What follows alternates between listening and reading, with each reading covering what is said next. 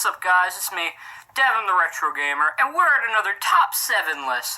This time we're going to do the top 7 spin-offs. And obviously when I talk about spin-offs, I mean like games like that have different gameplay, like racing games or party games, when the franchise is a platformer, or just anything different from the norm, or if you play as the sidekick to another character. So now that I've explained that, let's just get on with it. Number 7, Crash Nitro Kart. So this game, I actually played it before Crash Team Racing. So this is my personal opinion. I may be a little bit biased. I did pick a certain game over this. But this game was my first Crash racing game. So I have a lot of good memories with this game. This game was awesome. It was Crash Team Racing, but with better graphics. Now, I don't think it was better than Crash Team Racing. I think that's a hint as to something. Wink, wink. But it played good still. Even though it wasn't as smooth, it still played good like Crash Team Racing. I liked the anti-grav gameplay they added. They had pretty cool bosses. And even though a lot of the tracks were recycled, I still enjoyed it, you know? It was an awesome game. It was awesome to race around this game and stuff and just do stuff. It was an awesome sequel and an awesome spin-off, and I think it did Crash justice. Number 6, Jak X Combat Racing. So, this game was really good. It really did the Jak series justice. So, I've already done a review on it, so I'm just going to summarize some of the stuff I thought of, and then we're going to leave it, because I've already done a review, so I don't see the point in, saying everything I said again. But basically, I'll say it quickly. So, good game, good racing game, much better than the racing in the actual Jak games. Has kind of annoying drifting, kind of bad. Cool weapons, cool stages, you have vehicle customization, so that's really cool. And you get multiplayer, and you get to play as a bunch of characters, and that's about it. That's why it's number 6. But there is 2 other racing games that I personally think are better, so let's move on to them. Number 5, Crash Team Racing. Now, this game is the crap, dude. This game is awesome. Now, like I said, I played Nitro Kart before this, but when I played this, I thought it was an improvement on Nitro Kart in every way except for the graphics. Aside from that, this game was pretty much a complete improvement over it. And Jak X for that matter, too. It did a lot of awesome stuff. I thought it was cool. The time trials are awesome. It has cool characters.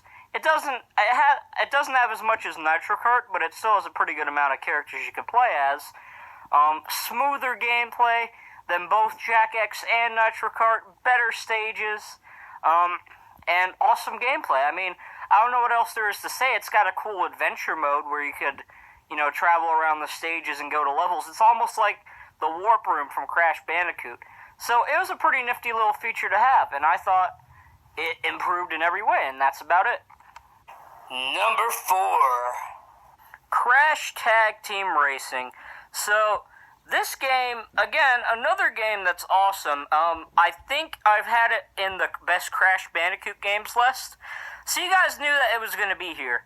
Now, there's the whole debate that this is probably technically not a spin-off, but you race in the game and do platforming, so it could be considered both.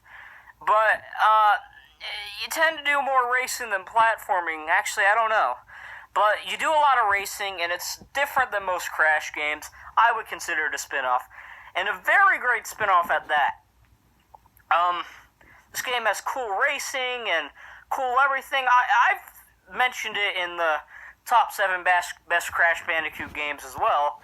And, like I said, I mentioned how awesome it was and how great it was with all the stuff it's done. It's done cool stuff. You get a good amount of racers. You could pick your vehicles. And they got a couple of different vehicles for every character, so it's an all-time blast. And the multiplayer is fun, of course, as well. Number 3, Bentleys Hack Pack. So you guys knew that this game was going to be up there on the list, at least in the top 3.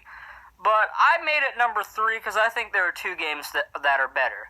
But let's talk about why this is so high on the list and it's in the top 3. So, for one, while I wasn't a big fan of the hacking minigames in Sly 2 and Sly 3, I think Sly 4 really improved on the hacking minigames when they brought back the tank minigame that you saw in Sly, in Sly 2 and Sly 3, and then they added 2 new minigames. There's the one with the thing where you have to tilt the electricity, which a lot of people hate it, but I didn't mind it so much. I had some issues with it. I think I mentioned that in the review of the game. But it was okay. And the Army Bentley was awesome. Playing as him and like shooting out stuff in a cool 2D shooter was awesome too in Sly 4.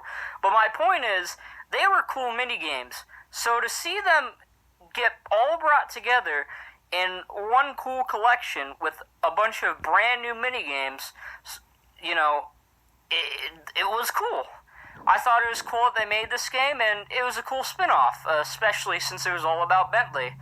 And in the game menu, you could see like all the characters like messing around and stuff, and it's cool, It was very nifty, very handy, a lot of cool Easter eggs to characters. They had a lot of characters from Thieves in Time here.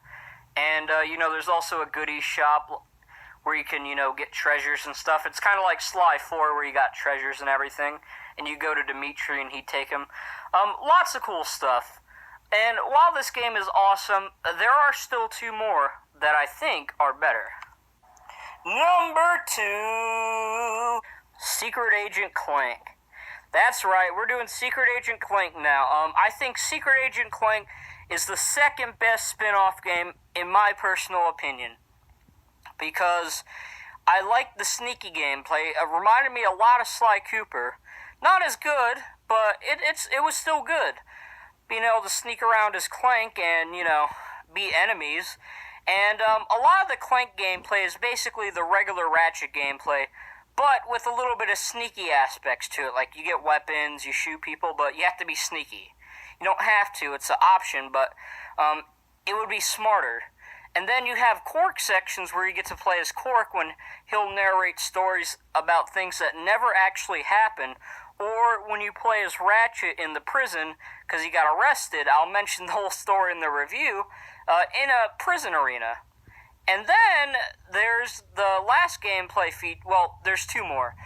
There's a gameplay feature where you play as the Gadgetbots, which are basically, the classic Clank sections from the early Ratchet games, where you, guide the Gadgetbots and you command them to do stuff, except it's a Gadgetbot commanding the rest of the Gadgetbots to do stuff. And then the final minigame are like, bonus stuff, like timed minigames where you have to tap buttons or something. Some of them are, you play as Clank, most of them are with Clank, and then there's a couple with other characters as well. But it's mostly just bonus stuff. And I think this game's awesome because the soundtrack's good too. A cool variety of levels. And Secret Agent Clank is just cool in general. I mean, come on guys, let's be honest. Let's not beat around the bush. Secret Agent Clank is a pretty cool character. And good amount of weapons. They brought back a lot of weapons from Size Matters, so if you missed your old weapons from Size Matters and you have a save file, well actually, no, you can't get it with a save file, but you can get a lot of the weapons back free. Like in the museum, you can get the Lancer back. So, very cool feature they added. I really appreciated that. And without further delay, let us continue to the best one. Number 1! Daxter. Yes, so this is the best spin-off ever. This was my first PSP game, guys. Daxter is a cool character, and a lot of it was, it remade Haven City very well for the PSP. And they really utilized Daxter very well with him being able to crawl underground.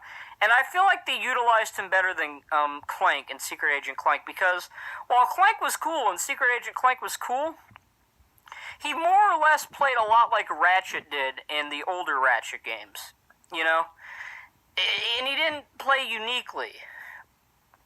Like, he didn't have Gadgetbot-type puzzles while they were in there. But Daxter, he has his own type of gameplay. Like, you can crawl under stuff. With Daxter, you have this cool, bug spray that you could spray bugs with. You have the Electro Zapper to hit them. And I guess kind of like Jack with his guns, you can also get mods for your spray. There's the regular spray, which is just, toxic, just the green stuff. And then there's the flame one. And then the final one is like a bomb. So they all have pretty good uses. Like the fire one can melt ice. It lets you float up high.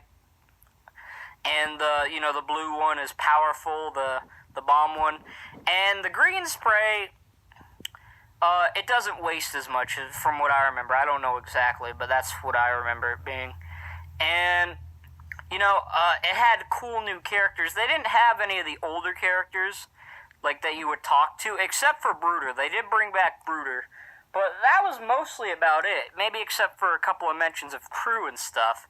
But it really did improve over what I would say the other spin-offs were. This was a cool spin-off. It was awesome playing as Daxter, and he was utilized much better than Clank was in Secret Agent Clank. Well, guys, I hope you enjoyed this top 7 video, and hopefully I will do more. I haven't been doing a lot this year.